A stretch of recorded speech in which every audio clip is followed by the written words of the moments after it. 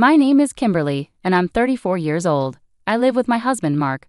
We both work at a company that was started by Mark's father. Even though he's retired now, Mark's father grew a small construction company into a business worth $2.5 billion. He made some bold decisions like buying other construction companies, and people admire his great business skills. Mark took over the company after his father retired. He grew up being gentle and a bit spoiled. While Mark is kind, I sometimes think he's not decisive enough to be a good husband and company leader. Mark has said things like, "I'm not meant to be an executive, so I'll probably just be a figurehead president." That would be easier for me. He doesn't seem serious about running the company. We've been married for 5 years, but recently I've been unhappy with Mark's lack of drive. Unlike my husband, I believe I can make decisions well. When my father-in-law was active in the company, he seemed to value that about me and gave me important responsibilities. Before I married Mark, I worked at a bank, so numbers and finances have always been a big part of my work life. After getting married, I planned to be a full-time homemaker, but my father-in-law asked me to join the construction company. Once I started working there, my father-in-law included me in high-level meetings where we discussed how to manage the company. At first, other executives were surprised to see me there because I'm the founder's daughter-in-law, but they started to respect my opinions as I contributed thoughtful ideas. Mark, who was also an executive, never attended these meetings, and everyone, including my father-in-law, seemed fine with that. When I got home from these meetings, I'd often find Mark relaxing and watching TV. "Why weren't you at today's meeting? You're an important executive. You need to take responsibility," I asked him, frustrated. Mark responded without remorse, saying, "Even if I went, I wouldn't understand what's going on, and the executives prefer you anyway, so it's fine." He seemed to dismiss my involvement in the board meetings, perhaps finding it bothersome. Meanwhile, my father-in-law appeared to be grooming me to take over the company, teaching me everything about running the business. As someone new to managing a business, I found the work fulfilling and aimed to meet his expectations. About 2 years after I started attending meetings, my father-in-law retired completely. The executives started coming to me for important decisions, sidelining Mark. I thought this would motivate Mark to focus more, but instead he became even less committed. He would show up at the office in the morning but leave by noon, heading straight home. At home, he never mentioned work and seemed completely uninterested in the company. Meanwhile, I was getting more and more busy with increased responsibilities at work. After my father-in-law retired, the executives started relying on me heavily, and I was handling tasks similar to those of a CEO. The company was large, with many employees, and I worked hard to boost sales and profits for everyone's benefit. Thanks to the efforts of our team, sales were rising, and I found managing the company increasingly exciting, fully immersed in my work. Meanwhile, Mark seemed to be losing interest in his job, and his presence at the company was dwindling. Our conversations at home became fewer, and our marriage started to feel strained. Then, one day, Mark came home and casually mentioned, "I bumped into your sister today, and we had lunch together." My sister, who is 2 years older, had recently gone through a divorce because of an affair. Her angry ex-husband had caused quite a scene at our family home, and Mark, who had more free time than me, went there to calm him down with his gentle and easygoing manner. Surprisingly, my pampered husband managed to defuse the situation. My sister told me, "Being a CEO is amazing. He easily diffused my raging husband." "Oh," she praised him. It seemed that Mark's calm and cheerful demeanor had disarmed my sister's angry husband completely. My sister ended her marriage by paying compensation to her ex-husband, and since that incident, her opinion of Mark seemed to change. Before, she had viewed Mark, who was impressive-looking but seemed indecisive, as just a wealthy, spoiled man. Now she seemed to see him as a capable CEO of a company. Being single again, my sister, who always admired wealthy men, must have seen Mark as a good catch. But I, immersed in my work, had never considered such a possibility. Little did my sister know that Mark was merely a figurehead executive not involved in the company's management. Her ex-husband, an elite employee at a foreign company, was proud of his career and looks. At her wedding, she bragged to me, "My husband is a top employee with a handsome salary. Plus, he's good-looking, so you must be envious." Her ex-husband indeed had charm and seemed sharp and stylish whenever he spoke. I couldn't fathom why she would cheat on such an excellent husband. 3 months after Mark told me about having dinner with my sister, I returned home to find him looking unusually serious. "Kimberly, I need to talk to you." It was the first time he had spoken those words, and I felt a sense of dread. As I anxiously waited for him to continue, he dropped a bombshell. "The truth is, your sister is pregnant with my child, and I want a divorce." I was stunned by both the request for a divorce and the news of my sister's pregnancy. Shocked into silence, I couldn't respond, and Mark went on, "She wants to come over on her next day off to talk about everything, so please be prepared." Confused and trying to process everything, I asked him, "So you want to marry my sister?" Mark looked troubled as he answered, I don't really want to marry her, but with a child involved, we might not have a choice. Feeling frustrated with Mark's indecisiveness, I sighed and said, well, if there's a child on the way, we may not have a choice. Let's discuss this when my sister comes over. Seeing that talking to Mark wasn't getting us anywhere, I decided I would meet with my sister directly to figure things out. I had already decided to pursue a divorce, but I knew I needed to discuss the company's affairs with my father-in-law first.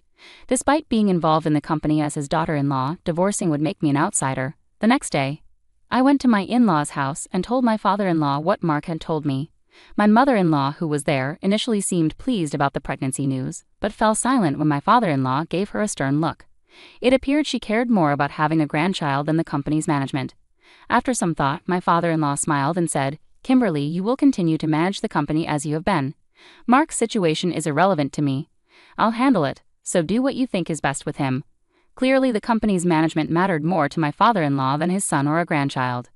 Even though he was retired, my father-in-law still held sway in the company, and with the majority of the company's shares under his control, no executives dared to defy him. Besides, I found fulfillment in my work, so giving up now would have been a waste. With work matters settled, it was time to discuss the future with my sister. On her day off, my sister arrived at my house with a smug smile, saying, Poor Kimberly, you couldn't have a child. I'll compensate you generously. Haha, now leave this house immediately. She spoke triumphantly, looking pleased with herself. Meanwhile, my husband sat there quietly, not contributing to the conversation despite being the root cause of the problem. His indifferent expression frustrated me so much that I said, I agree to the divorce, but we also need to discuss compensation and divide our property. Let's bring in a lawyer to handle this properly. I never imagined you'd end up with someone like Mark. He doesn't compare to your ex. I added a touch of sarcasm as I spoke to my sister, who glared at me fiercely for a moment before regaining her composure. I finally get it.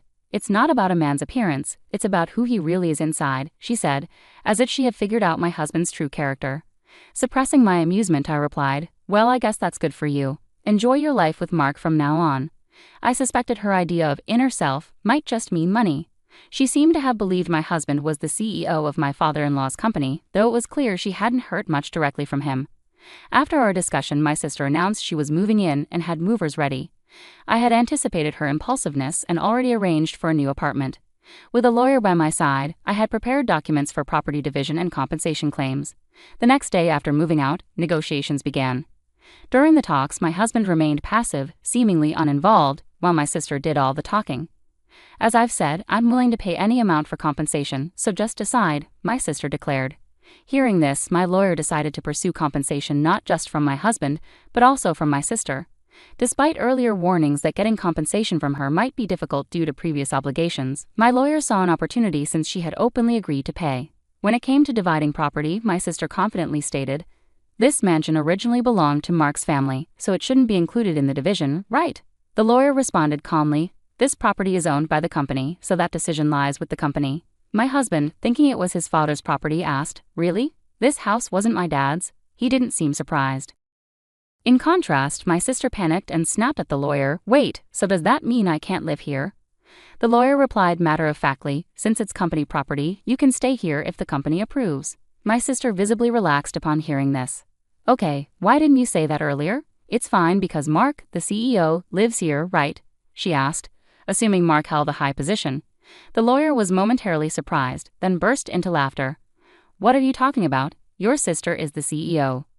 The lawyer continued to laugh, looking at my sister, who seemed shocked by the revelation. She immediately turned to my husband, exclaiming, Wait, Mark, you're not the CEO.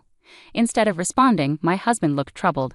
I clarified for her that Mark was just an advisor without any authority to act on behalf of the company.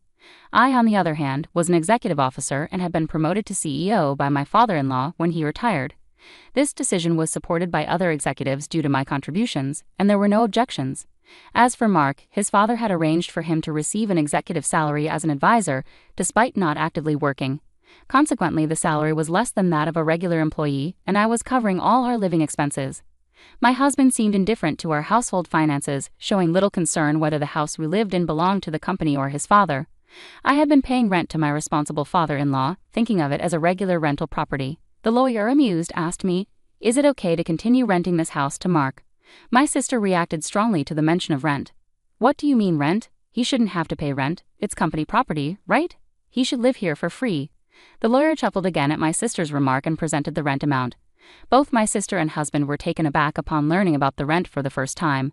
Given the size of the house, the rent was substantial, far beyond what I could afford on my salary alone.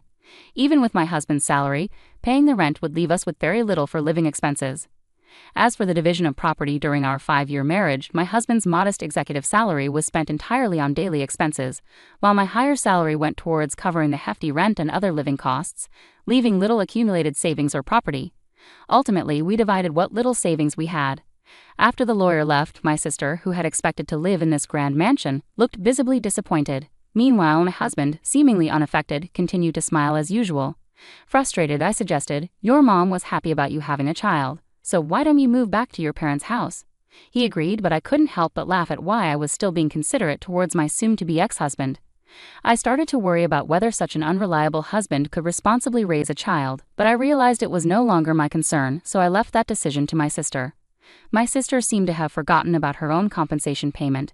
I tried to clarify, "Sis, are you okay with the compensation payment? You were talking confidently, but you were still making payments to your ex-husband, right?" She looked surprised and seemed to snap out of her previous mindset. "Wait, do I have to pay compensation too?" My husband jumped in, seeming flustered, as if he hadn't been listening. "Even though we discussed this today, you said, 'I'll compensate you generously,' but you weren't talking about me, were you? My salary is really low." My husband and sister exchanged bewildered looks. Although I couldn't believe it, I had to hold back laughter watching their exchange. For my part, I no longer cared, as I had already finalized the divorce and compensation agreements with their signatures. However, my husband and sister appeared pitiful. My ex-husband, who had married my sister, followed my suggestion to return to his parents' home. Yet it seemed that they were constantly arguing. The root cause was the revelation that my sister's claim of being pregnant with my ex-husband's child was false.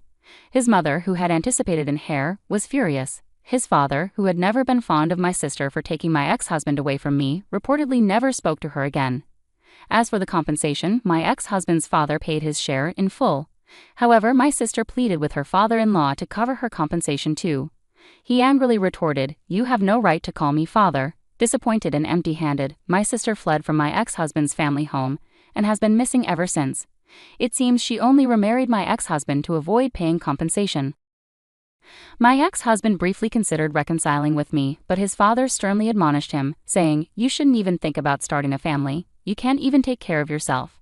I have no intention of reconciling with him either, having lost all trust when he betrayed me with my sister. His indifferent attitude during our discussions disgusted me further. Subsequently, he was dismissed from his executive position, resigned, and now works as a temp. Meanwhile, I have continued as the CEO of my company and am content without thoughts of remarriage, as I find fulfillment in my work. Even after separating from my ex-husband, I maintain a close relationship with my father-in-law, seeking his counsel during challenging times. For now, I see myself married to my work, dedicated to the welfare of my employees.